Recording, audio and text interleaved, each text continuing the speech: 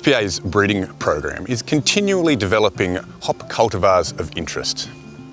We conduct 20 to 40 cross-pollinations on each farm, resulting in between 2,000 and 4,000 new varietals each year.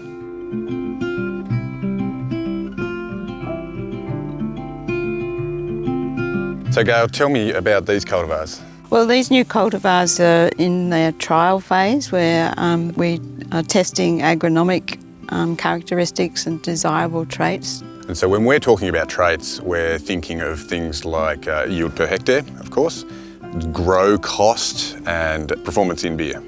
All those things, Owen, and by the time they've finished in this trial period, we've only selected less than 1% of the original cultivars that we put in the ground many years earlier. It can take between 6 and 10 years from the original cross-pollination before it reaches brewing trials. Once we reach that stage, we're looking to work with brewers who have the staff and the skills and facilities to generate meaningful sensory data. That's really critical for us in determining what experimental varieties are going to achieve success in breweries. So experimental hops are those ones that are still working their way through the system. Before Eclipse was Eclipse, we all knew it on the farm as HPA 016. Galaxy we knew as HPA 008, and Big Secret was HPA 013. So all of these named varieties that we know and love today could have fallen over at this trial and screening stage. That's a definite. Only the good ones make it. Their limited volumes have brewers excited to be the first to trial these experimental varieties. We're lucky enough to have Bridge Road Brewers, a pioneer of the craft beer industry in Australia, a stone's throw from our Victorian farms. They've worked with us on brewing trials for a number of our experimental hops, providing meaningful feedback through their in-house sensory program. G'day, mate. G'day. So, tell us the Bridge Road story. My story and the story of Bridge Road and beer probably goes back to after finishing high school. I grew up in Beechworth, wasn't sure what I was going to do and ended up working in a local winery, Sorenberg Winery, and got really interested in the process of growing things and making things. And I went off to Dookie Agricultural College and studied horticulture and a bit of enology as well, so winemaking.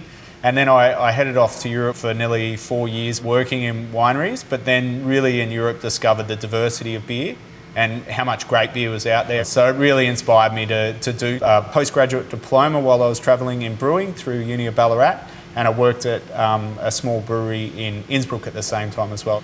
Came home with the idea of starting a brewery, and my parents said, you can have the garage. It was 100 square metres, so I got a loan to buy some second-hand equipment. We started with a 1,000 litre brew kit, bottling line and a bar. So we started installing it in 04 and was opened by 05. From the initial 1,000 litre brew house, where are you today? We lasted 12 months in the garage, and we were just, struggling for space, which we knew we would, but we'd proven the model. And then moved into here, and then over the years it's been organic growth based on the revenue we make. We'll be up above, hopefully towards 1.5 million litres a year here on site, and we're also starting a brew pub in East Brunswick at the moment as well. So you've got that wonderful international experience. Have you been able to couple that with your proximity to the local hop farm?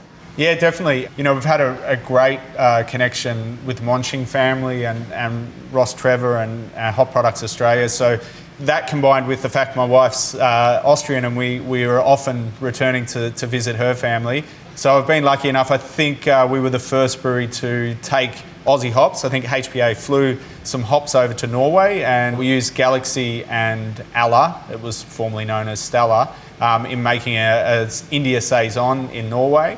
And since then I've collaborated in Belgium, in Italy, and with Stone Brewing in the US, all using hops grown from our neighbourhood. Bridge Road's beers have medalled in international beer awards right from the beginning. This is an outstanding result, but not unsurprising given your ability to adapt your processes to stay across changing consumer trends, while not losing sight of your values of independence, authenticity and beer quality. We have been consistent since we started in 05, and you're right in saying we've had to adjust. You know, if we entered the beers we were making in 05 now, they probably wouldn't do so well at the awards. Probably quality has always been something we're focused on and something we're always improving on, but also being able to adapt and change recipes and update processes. We just brewed our IPA yesterday with a new recipe to reduce bitterness, so using the same amount of hops, but changing the additions and placement of additions, because we're seeing in the market the modern preference is lower bitterness, but still plenty of hops and plenty of hop flavour. And yeah, we're always striving to do better. So whether that's using local hops, more sustainable processes in what we do, and beer first and beer quality should always be what drives us.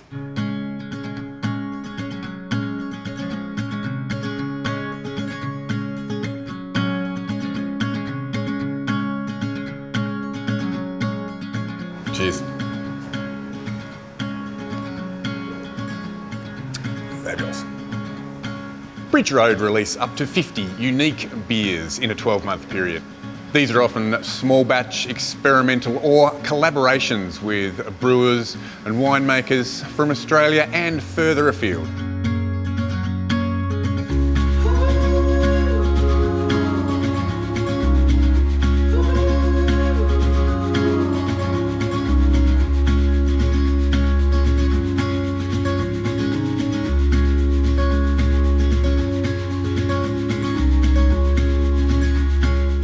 Small batch and experimental beers are a great way of showcasing a new hop. But before you get to that point, how do you evaluate experimental hops? We tend to use two different methods. The first one is just the simple rub and sniff of the dried material. And this method's a really good way to actually narrow down the experimental varieties and help us choose which hops might work in a beer before we go through the process of actually making the beer and taking that bigger risk. It also gives us a chance to evaluate the hop without any other influence. So there's no grain, there's no water, it's just what does it feel like and how does it smell, and hopefully we can make a good beer out of it. Obviously our favourite way to assess the hops would be in a beer, so to brew with them. And the best way we find to do that is to brew a smash, which is a single malt, single hop beer. We like to use quite a neutral yeast strain, so we'll brew the one lot of beer, split it 3 ways, 3 different hops, and then the only difference between them is the hop, and you can really evaluate what impact it's having. Yeah, one of the strong points of stripping that recipe right back to be a neutral yeast, low impact flavour malt, not too high ABV, is really allowing us to assess what that hop flavour and aroma is going to be like. In terms of our hop additions, I would say that modern beer styles and also locally grown hops tend to both lend themselves more to late hopping in fermentation. So when we're doing these trials, we'd be looking to just dry hop, and we dry hop at levels somewhere between 5 to 10 grams per litre. So let's assume that we've narrowed the field down to one experimental variety that you want to try in a more significant beer. How do you think through the constructive and destructive interference of specialty malts? Well, once we've done our 3 trials and we've got the one hop that we really like, and we've assessed it in the beer, which is the most important thing, because a lot of the time the rub and sniff presents differently. So we've got flavour descriptors, we know how it's going to perform, and then we want to add that to a bunch of specialty malts, chocolate malts, crystal malts, whatever it is. So a good example would be one we've used in the past, which is Eclipse, or 016 as it was then. A lot of orange character, orange chocolate goes well together, so we think, cool, it's going to work well in a chocolatey dark beer. So take a bunch of chocolate malts and make that beer, add the hop, and we just know that it's going to work well. Is it a similar process for thinking through more complex yeast interactions? I'd say it's almost exactly the same, except it just lends on a lot more experience. So there's certain yeast strains which are going to react really well to high levels of hopping, and others which react well to low levels of hopping. And we know the flavour profile and just work out how they're going to go well together from that experience and combine them that way. Once a hop has gone through your in-house sensory system and you're confident that it's going to have a beneficial impact in beer, how do you go about building it into a commercial release? Well, it's about looking at the art and science of the process, I guess. We take a lot from those small batches and we know how that hop's going to perform, and then just scaling it up. There's also commercial reality, so looking at what we feel like the gaps in the market are. how we can utilise those hop flavours to fill that gap. We have a lot of in-house discussion around developing and releasing new styles, and it could be that the hops present the reason to create a new beer, or the hops could just fill a gap and, hey, this new hop will really do that job for us. So there's obviously skill and experience in understanding beer styles. And the style guidelines will give you parameters like OG and FG, colour, alcohol, amongst others. I used to thrive in that environment, but do you find it a bit limiting?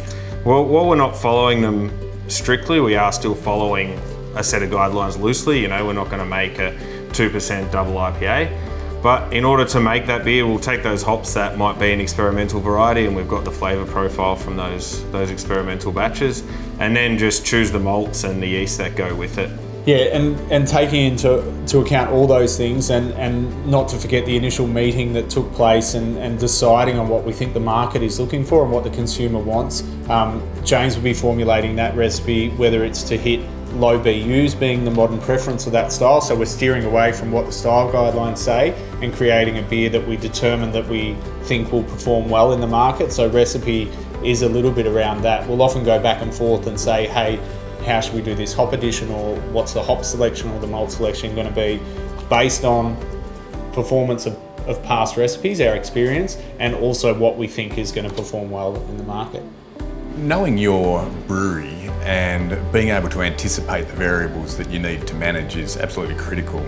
Do you have any hop-specific pressure points that you know you need to be aware of? Yeah, of course. And I mean, internally we have, just like any other brewery, we have our own quirks and we have our own parameters, but there's obviously those basic points that we're all looking at. So we don't want to have the hops in the tank for too long. We don't want to dry hop too late and create dry hop creep, which has really been a big issue for people probably only starting maybe 4 or 5 years ago. We really started to understand what that was. So just looking at that, the timing of the dry hop to get the right interaction with the yeast. Yeah, so once we've covered off those technical challenges and practical realities of dry hopping and managing hops, we're really able to come full circle in, realising those hop flavours and aromas that we've envisaged here in our sniff and rub, through to trialling in a small batch, through to developing a recipe or finding a need to use that hop, and then translate that from this process through to a glass in the hand of ourselves, but also just as equally important, the consumer as well, having that vision realised.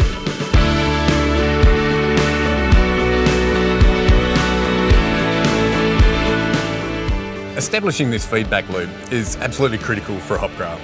It allows us to confirm an experimental variety has consistent impact in beer, that it performs across a range of beer styles, and hopefully allows us to formulate some really meaningful flavour descriptors that brewers will find useful. When brewers, like these guys, communicate to us that they like an experimental hop and are considering using it in a seasonal or core range product, we can think about scaling up production to support their goals. Cheers. Cheers. Cheers.